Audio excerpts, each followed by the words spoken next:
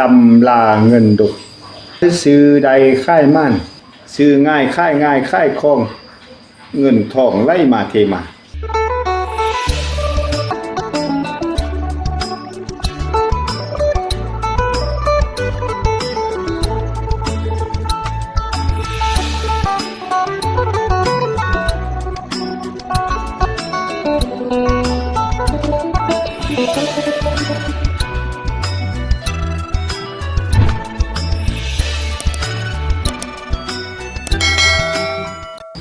สบายดีพบกันปกติตามเคย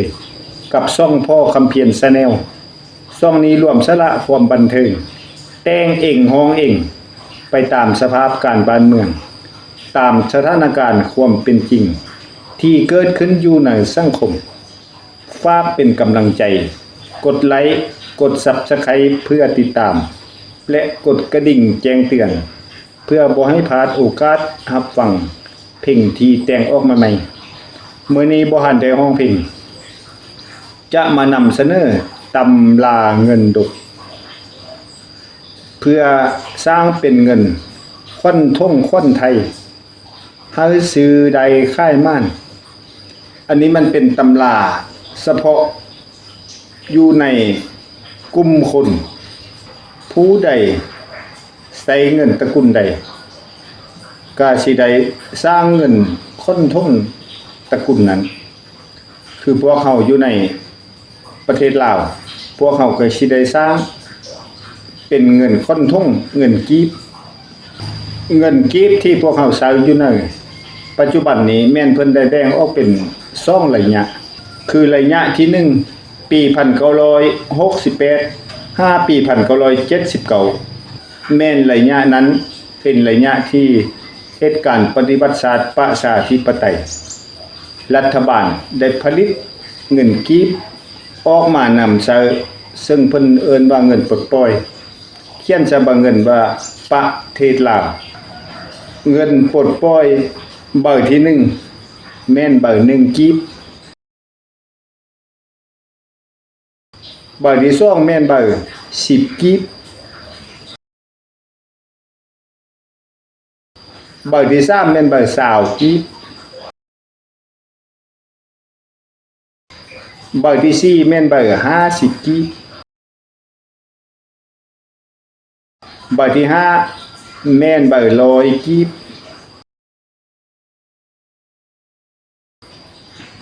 เบอร์ที่6แม่นเบอร์200กีบ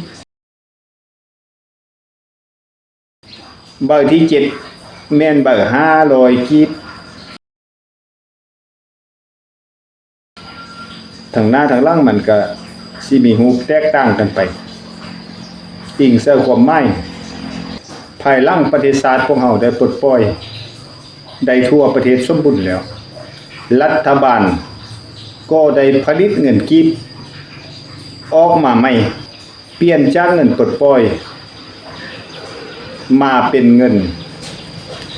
ธนาคารแห่งสปป.ลาวซึ่งมีใบใดเด้และมีนำกันจากใบพวกเราไปติดตามนำกันได้เลยเบอร์ที่1คือเบอร์1กีบเบอร์1กีบนี้ผลิตออกปี1979รูปด้านหน้าแม่นขบวนแห่สะล้องใส่ส้นสันกรรมกรชาวนาพร้อมกันถือปืนและถุงสาดรูปด้านหลังแม่นนักเรียนกำลังฟังในครูสอนหนังสืออยู่ในห้องอันนี้เบอร์ที่1คือเบอร์กีบเบอร์ที่2แม่นเบอร์5กีบเบอร์5กีบนี้ก็ผลิตออกปี1979คือกันรูปด้านหน้าแม่นมวลชนกำลังเลือกซื้อสินค้ารูปด้านหลังแม่นช้างกำลังลากไม้ท่อนอันนี้เบอร์ที่2คือเบอร์5กีบเบอร์ที่3แม่นเบอร์10กีบเบอร์10กีบนี้ก็ผลิตออกปี1979รูปด้านหน้าแม่นกรรมกรเคลื่อนย้ายไม้ท่อน เข้าเครื่องจักรรูปด้านหลังแม่นทานหม้อกำลังปิ้นปัวคนเจ็บอยู่ในห้องหม้ออันนี้คือเบอร์ที่3เบอร์10กีบเบอร์ที่4แม่นเบอร์20กีบเบอร์20กีบนี้ก็ผลิตออกปี1979คือกันรูปด้านหน้าแม่นขบวนย่างของทหารรถถังและเรือไวเลาะลาดตระเวนรูปด้านหลังแม่นกรรมกรกำลังเฮ็ดเวียกอยู่ในโรงงานตำแพนอันนี้เบอร์ที่4คือเบอร์20กีบ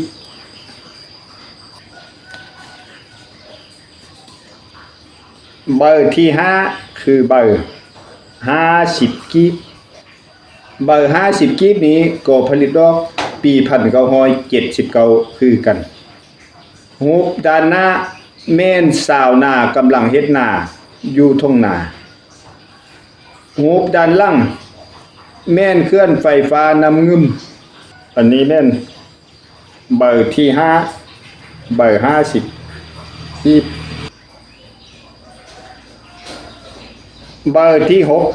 6แม่นเบอร์100กีบเบอร์100กีบนี้ผลิตออกปี1988รูปด้านหน้าแม่นรูปสาวนากำลังเกี่ยวข้าวรูปด้านหลังแม่นรูปขั้วนำงึมสร้างเขาและหน่วยป้องกันอันนี้เบอร์ที่6คือเบอร์100กีบเบอร์ที่7แม่นเบอร์500กีบเงินเบอร์500กีบนี้ก็ผลิตออกปี1988รูปด้านหน้าแม่นรูปกรรมกรกำลังซ่อมแปลงท่อส่งชนรับประทานรูปเสาไฟฟ้าแห่งสูงและรูปรถไถรูปด้านล่างแม่นรูปสาวส่วนกำลังเก็บมากกาแฟอยู่ส่วนกาแฟอันนี้เบอร์ที่7เบอร์500กีบเบอร์ที่8แม่นเบอร์1,000กีบเบอร์1,000กีบนี้ผลิตออกปี1992รูปด้านหน้าแม่นรูปนางสาวรูปพระธาตุหลวงอยู่นครหลวงเวียงจันทน์รูปด้านหลังแม่นรูปฝูงควายกำลังกินหญ้าอันนี้แม่นเบอร์ที่8เบอร์1,000กีบเบอร์ที่9เบอร์2,000กีบ2,000กีบรุ่นทำอิฐเบอร์2,000กีบรุ่นนี้ผลิตออกปี1997รูปด้านหน้าเบอร์2,000กีบนี้แม่นรูปอดีตท่านประธานไก่ส้นผมดีฮั่นรูปด้านหลังแม่นรูปเคลื่อนไฟฟ้าเซเซ็ตอันนี้เบอร์2อันนี้เบอร์ที่9เบอร์2,000กีบเบอร์ที่10เบอร์5,000กีบเบอร์5,000กีบนี้ผลิตออกปี1997รูปด้านหน้าแม่นรูปอดีตท่านประธานไก่ส้นผมดีฮั่นเครื่องไม้สาดและรูปพระธาตุหลวงอยู่นครหลวงเวียงจันทน์รูปด้านหลังแม่นรูปโรงงานซีมังลาวอันนี้คือเบอร์ที่10เบอร์5,000กีบเบอร์ที่11แม่นเบอร์10,000กีบหรือว่าเบอร์10,000กีบเงินเบอร์10,000กีบนี้ผลิตออกปี2002รูปด้านหน้า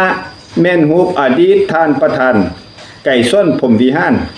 เครื่องไม้สาดและรูปพระธาตุหลวงอยู่นครหลวงเวียงจันทน์รูปด้านล่างแม่นรูปขั้วมิตรภาพลาวญี่ปุ่นอยู่เมืองปากเสแขวงจำปาสัก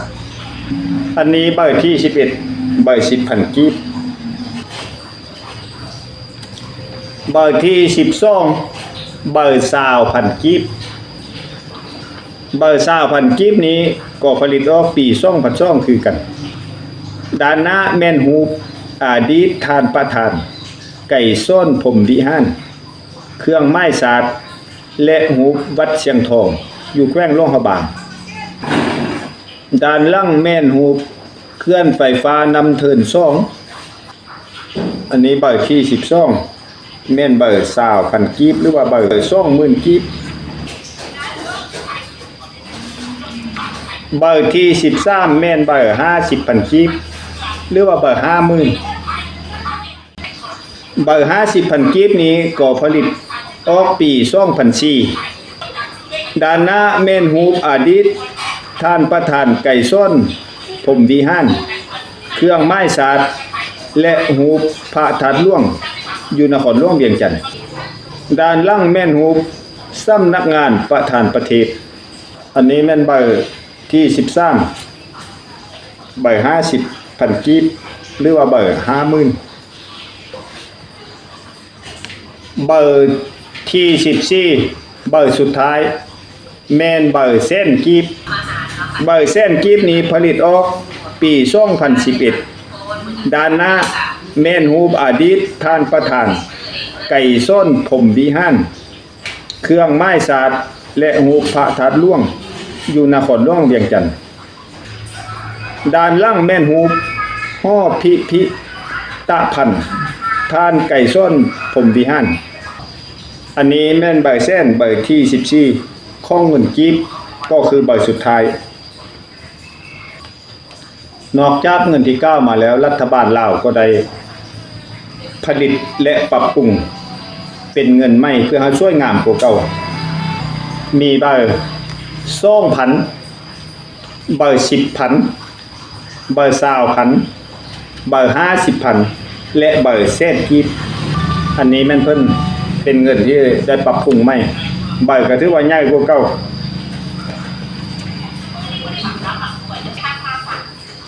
นี่คือเงินกีบของลาวเฮาเป็นเงินธนาคารแห่งสปป.ลาวรวมทั้งหมดนับตั้งแต่เบอร์กีบฮอดเบอร์เส้น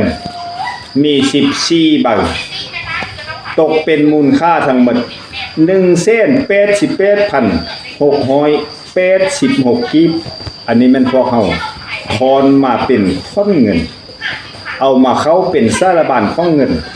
ว่าเงินที่เฮาใช้มันมีจักเบอร์นับตั้งแต่เบอร์ใดฮอดเบอร์ใดรวมเป็นมูลค่าเท่าใดถ้าผู้ใดมีพอสะสมและเก็บกำใดก็ให้สะสมและเก็บกำมาเป็นเงินค่อนท่งค่อนไทยเพื่อให้ซื้อใดค่ายม่านถ้าเฮาเก็บเงินมาได้แล้วเอาก็จะเอามาทอนซะกันเอาทอนไว้ใส่ท่งไว้เมื่อมีการสูดบ้านสูดเมืองสูดฮอดสูดเฮือนให้เอาเงินจำนวนนี้มาใส่ขั้นสูดแล้วจะเป็นเงินค้ำคูณเก็บไว้ในท่งเงินของพวกเราจะซื้อใดค่ายม่านอยู่ในตำราเงินดอกให้ลองเบิ่งเด้อพี่น้องบางที่อาจจะซื้อง่ายค่ายง่ายค่ายคล่องเงินทองไหลมาเทมาเอาข้อขอบใจนำผู้ที่ติดตามชมให้กำลังใจฝากเป็นกำลังใจอีกเทื่อนึงกดไลค์กด Subscribe เพื่อติดตามและกดกระดิ่งแจ้งเตือนเพื่อบ่ให้พลาดโอกาสรับฟังคลิปที่ออกใหม่ๆขอบใจ